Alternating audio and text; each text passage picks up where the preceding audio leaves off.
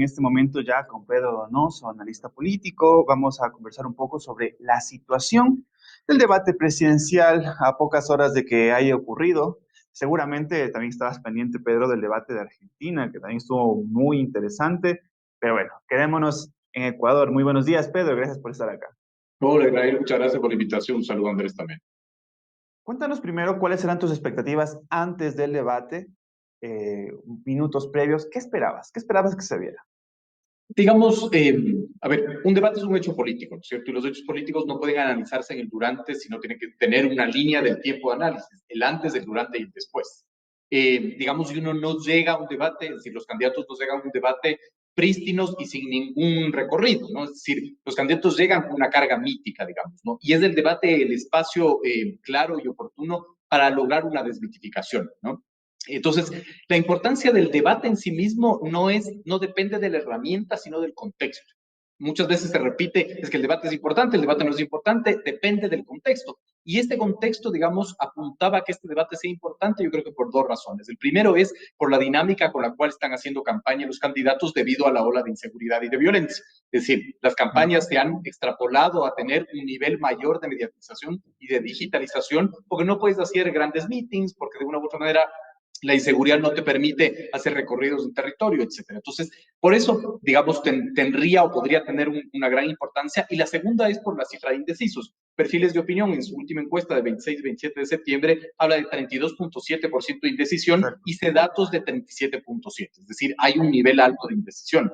Por lo tanto, este debate radicaba su importancia en, digamos, el contexto y la coyuntura, y de una u otra manera creo que era el escenario para que los dos candidatos puedan desmitificar, y siendo dos candidatos que no llegaban en igualdad de condiciones. ¿Qué quiero decir con esto? Que nosotros consideramos, del análisis que hemos hecho, que la candidata de la Revolución Ciudadana llegaba con una mayor carga mítica. ¿Por qué? Por la manera que han hecho finalmente la campaña. Es decir, minutos antes, días antes, el Grupo de Puebla se reúne y habla de desdolarizar la región, si bien no tiene relación, pero alimenta finalmente al mito, ¿no? El Ecuador, la Venezuela, es decir, estos errores, ¿no es cierto?, en la lógica de las vocerías, sí le generaron más carga mítica, yo creo que a González que a Novoa. Este debate nos comentas que fue importante, tanto por temas de seguridad, también por el tema de indecisión, pero también creo que por el tema de la velocidad de esta campaña, que es como demasiado rápida y tenemos elecciones en 15 días y un año y medio del nuevo gobierno express. Sin embargo, ya en el debate, ¿cómo tú observaste el desenvolvimiento del señor Daniel Noboa o de Luisa González, tomando en cuenta, por ejemplo, que en el debate no es el que mejor hace las cosas, sino el que menos se equivoca? A ver, digamos, es como muy común que de los análisis o la gente quiera saber quién ganó el debate, ¿no? Yo soy muy reacio a hacerlo. Yo no encuentro, seguramente lo hay, pero yo no he podido encontrar, mi equipo tampoco, una metodología objetiva de lectura de quién ganó un debate. Es decir, es meramente subjetivo. Ganó el debate X o Y porque me cae bien, porque me cae mal. Hay un alto nivel de subjetividad. Pero si intentamos ser medianamente objetivos en la lectura, nosotros hemos encontrado que quizás cómo Habermas desarrolló el uso o el modo del lenguaje nos pueda servir, ¿no? Y Habermas dice que hay tres maneras de, digamos, el uso de la comunicación o del lenguaje, ¿no es cierto? Lo ilocucionario, que es la intención que tienes, lo locucionario, que es lo que dices, y lo perlocucionario, que es lo que provocas. Creo que, digamos, para hacer un verdadero análisis y que no sea, digamos, anecdótico, ¿verdad? Sino que vayamos al fenómeno, creo que tenemos que esperar, digamos, tenemos que esperar, yo creo que unas horas para saber cuál es el efecto perlocucionario, ¿no es cierto?, del debate en sí mismo. Pero yo creo que la gran conclusión aquí es que fue un debate absolutamente carente de titulares, pero sobre todo el Claro. debate no es del gran elector. Yo creo que hay otros grandes electores, por ejemplo, la resolución de los casos judiciales relacionados con Villavicencio, por ejemplo. No podemos sacar del análisis electoral el pronunciamiento del gobierno de Estados Unidos de dar una recompensa por información. Eso no se puede sacar del análisis electoral. Yo creo que esos van a ser los grandes electores, digamos, ¿no? Y el postdebate, a diferencia de la primera vuelta, va a tener poco oxígeno, poca, digamos, dinámica para de una u otra manera dar una ventaja a uno u otro candidato. Una de las cosas que me llama bastante la atención, y lo comentas, es que el debate es una arista más de un montón de cosas que tiene que hacer un candidato bien para poder ganar las elecciones. Sin embargo, conversaba, por ejemplo, con Omar Maluk, conversé hace pocas semanas, hace pocos días, y nos explicaba que el debate iba a ser como que esa bisagra que podría determinar quién pasa, quién llega con mejor ventaja a la segunda vuelta, tomando en cuenta que, según Omar Malouf, es como que están más o menos a la par. ¿Estás de acuerdo con estas declaraciones? ¿Crees que el debate sí fue fundamental o simplemente es parte, una cosa más de una lista que hay que hacer? Yo creo que es una cosa más de una lista que hay que hacer, finalmente.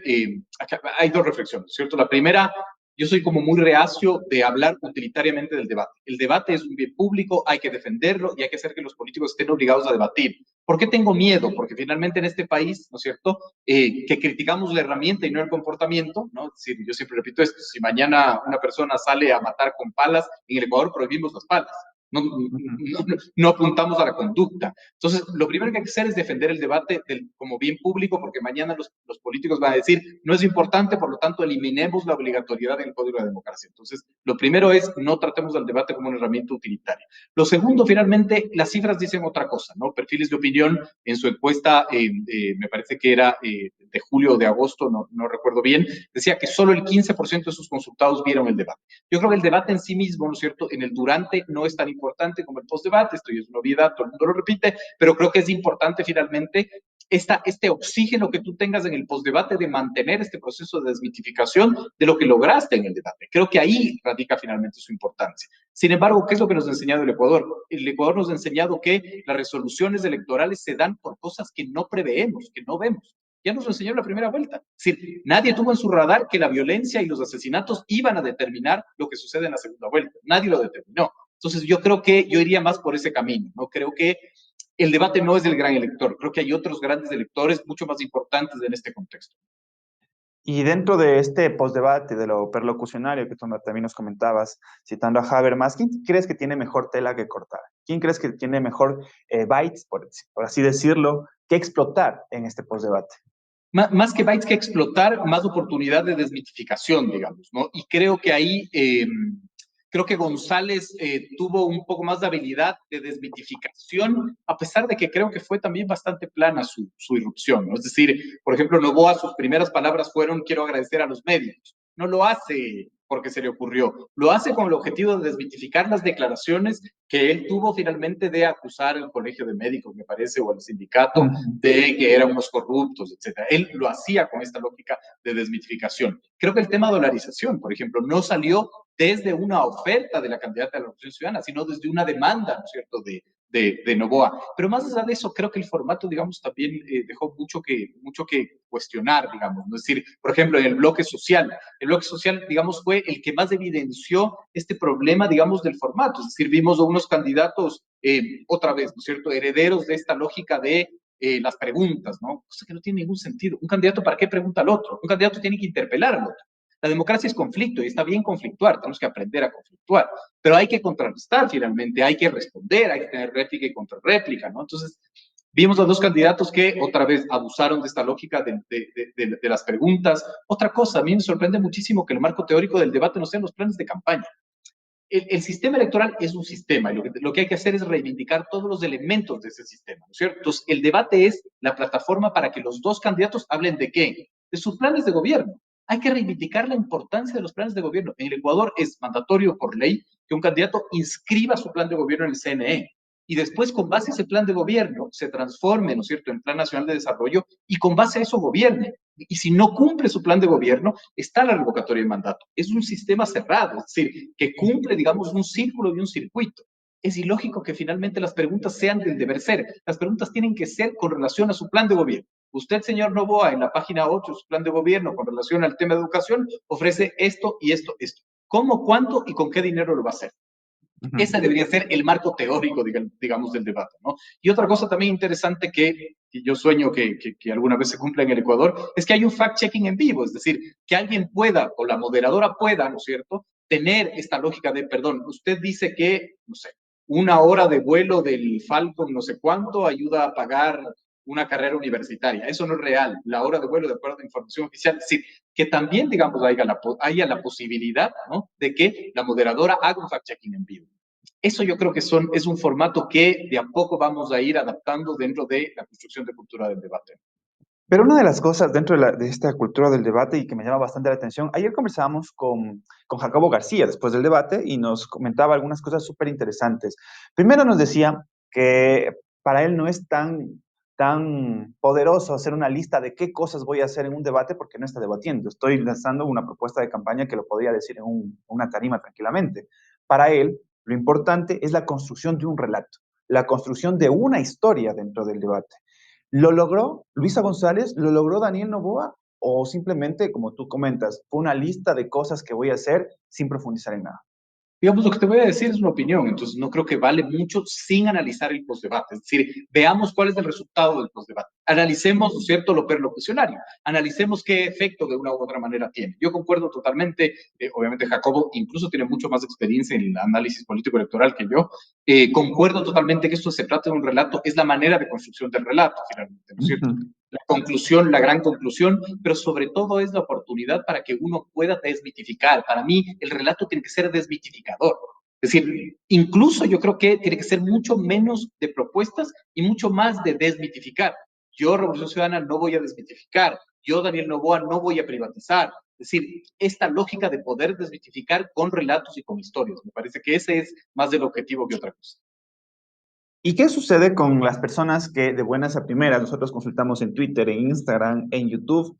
Y la primera impresión del debate, la primera foto después de las 9 de la noche a las 9:05 es que Luisa González ganó el debate, entre comillas, ¿no? ¿De dónde vienen este tipo de apreciaciones de la ciudadanía? Totalmente subjetivas, digamos, totalmente subjetivas, desde esa lógica de pertenencia y de identidad, incluso ahí juegan factores estéticos, ¿cierto? Juegan factores, digamos, de género, de identificación, juegan factores psicológicos, sociológicos, es decir, es un montón de cosas. Por eso no puede leerse la política como un partido de fútbol, digamos. Yo siempre le huyo a eso. No sé quién ganó el debate. Cuando me pregunten quién ganó, no tengo idea, porque esto no es fácil de medir cuantitativamente. Es decir, hay una Ajá. gran carga subjetiva. Yo no encuentro indicadores para determinar quién ganó o quién perdió un debate en el durante. Veamos y analicemos lo perlocucionario. ¿Pero funciona este tipo de fotografías subjetivas post-debate a los 5 minutos o al día de hoy, donde otras personas también dicen como que, bueno, Luisa González capaz y le fue mejor, pero ¿funciona esto dentro del debate de la política, en este caso política electoral? Funcionaría en tanto y en cuanto en el Ecuador no cambie todo en 24 horas, digamos, ¿no? Es decir, ahorita vamos a hablar del debate y en 3 días vamos a hablar de la resolución del caso judicial de Villavicencio, en donde hay evidencia que X lo asesinó porque Estados Unidos tiene información. Es decir, digamos, la vorágine en las situaciones de contexto y contextuales, ¿no es cierto?, son tan grandes en el Ecuador finalmente que todo tiene un periodo de expiración muy chiquitito, digamos, ¿no? Digamos que estaríamos en un país normal, ¿no? Sin que todo cambie urgentemente, hay que analizar finalmente cómo sostienes lo que sostuviste en el debate, ¿no? Es decir, cómo cargas de oxígeno finalmente tu proceso de desmitificación, porque la gente tiene que olvidarse. Recordemos que en primera vuelta el debate estuvo a una semana de las elecciones, acá hay 2 semanas finalmente, ¿no? Entonces, si es que no habrían otros grandes electores, otros factores que podrían cambiar la elección, ¿no es cierto? Lo que tienes que hacer es sostener lo que sostuviste en el debate, que de acuerdo a los números que nosotros manejamos y la hipótesis que nosotros manejamos, muy poca gente lo vio. Entonces, la gente lo que va a consumir son titulares, son bytes, son videos pequeños, ¿no es cierto? Sin embargo, esos videos pequeños tienen que tener relación con tu identidad. Es decir, no es tan sencillo finalmente, ¿no? No funciona, y ahí viene la discusión de mitos y aforismos, que es la metodología que nosotros manejamos, ¿no? No funciona que tú salgas a decir, no vamos a desdolarizar, si es que estuviste en un, ¿no es cierto?, foro Un foro. internacional hablando de desdolarización. Sé que no es lo mismo, sé que técnicamente tiene una distancia gigantesca, pero finalmente la gente no tiene la capacidad ni el tiempo para entender lo técnico, finalmente, ¿no? Como dice Mario Riorda, los procesos eleccionarios en Latinoamérica son referéndums emocionales y son referéndums emotivos. Entonces, a la larga, incluso si es que tus bytes, ¿no es cierto?, fueran los adecuados, si no concuerda finalmente con esa identidad, eso va a ser complejo de sostener. Y Pedro, recordar a la gente que nos encontramos aquí con Pedro Donoso, analista político. ¿Cuáles fueron los temas ausentes dentro del debate? ¿Qué crees que necesitamos, que la ciudadanía necesitaba saber y necesitamos conversarlo en estos días, pero que no se trató? Digamos, el tema del bloque político fue como muy, muy raro, ¿no? Sí, se habló mucho de seguridad social en el ámbito político. Yo creo que la gran pregunta ahorita y la gran palabra, no en el corto plazo, en el mediano y en el largo plazo, es la gobernabilidad en el Ecuador. Es decir, cómo los candidatos van a tener que administrar las tensiones de la guerra interfunciones que vive el Ecuador ahora. Es decir, el Ecuador no está viviendo una situación normal y no es solo la violencia la que está marcando el paso. nosotros no estamos entendiendo cómo la violencia está cambiando el mapa de este país. No estamos entendiendo. Y no hablo de solo los sicariatos. Ecoavisa publicaba hace 5 semanas que, por ejemplo, hay provincias en la costa en donde las empresas aseguradoras ya no aseguran los bienes de la gente. ¿Cómo eso está cambiando el mapa comercial del Ecuador? ¿No?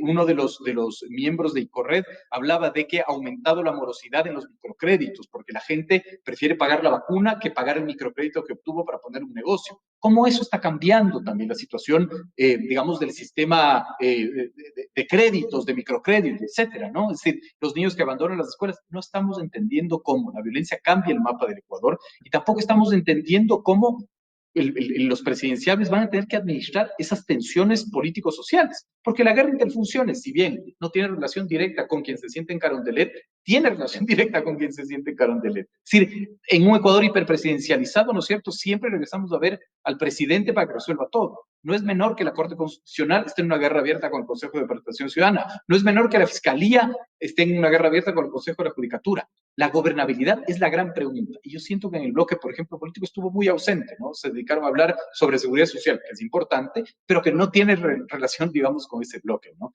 Creo que eso me faltó mucho, digamos, entender muy bien cuál es la visión de cómo asegurar gobernabilidad en un año, 8 meses, en un país que está en constante guerra entre funciones. Y ya para cerrar, Pedro, ¿qué le dirías a la ciudadanía, a la gente de a pie, la gente que toma el trole, la gente que está en la esquina, en el parque, conversando sobre este debate? ¿Qué insumos le darías para analizar lo que pasó la noche de ayer y también esperar lo que pase en los siguientes días? Digamos, yo soy como muy reacio de eso, ¿no? Creo que la gente está preocupada en comer, en sobrevivir en un país, digamos, que se desangra, entonces es muy complejo ponerle la carga, ¿no? A la ciudadanía de, bueno, y ahora involúcrese y vote bien, ¿no? Creo que es como muy complejo. Sin embargo, digamos que es a la larga consumir todo lo que puedan consumir de información, contrastar todo lo que puedan contrastar de información. Hay una frase que se le atribuía a un presidente de Estados Unidos, pero que en verdad es una frase rusa que dice, digamos, confía, pero contrasta, digamos, ¿no? Es como una lógica, un emblema. Entonces, creo que sí, la gente tiene que, digamos, ubicar buenas iniciativas para conocer más información, un poco empaparse de lo que estamos viviendo, pero claro, creo que la situación es demasiado compleja para echarle la culpa a la gente. Muchísimas gracias, Pedro. Gracias por estar acá. Igual ya sabes,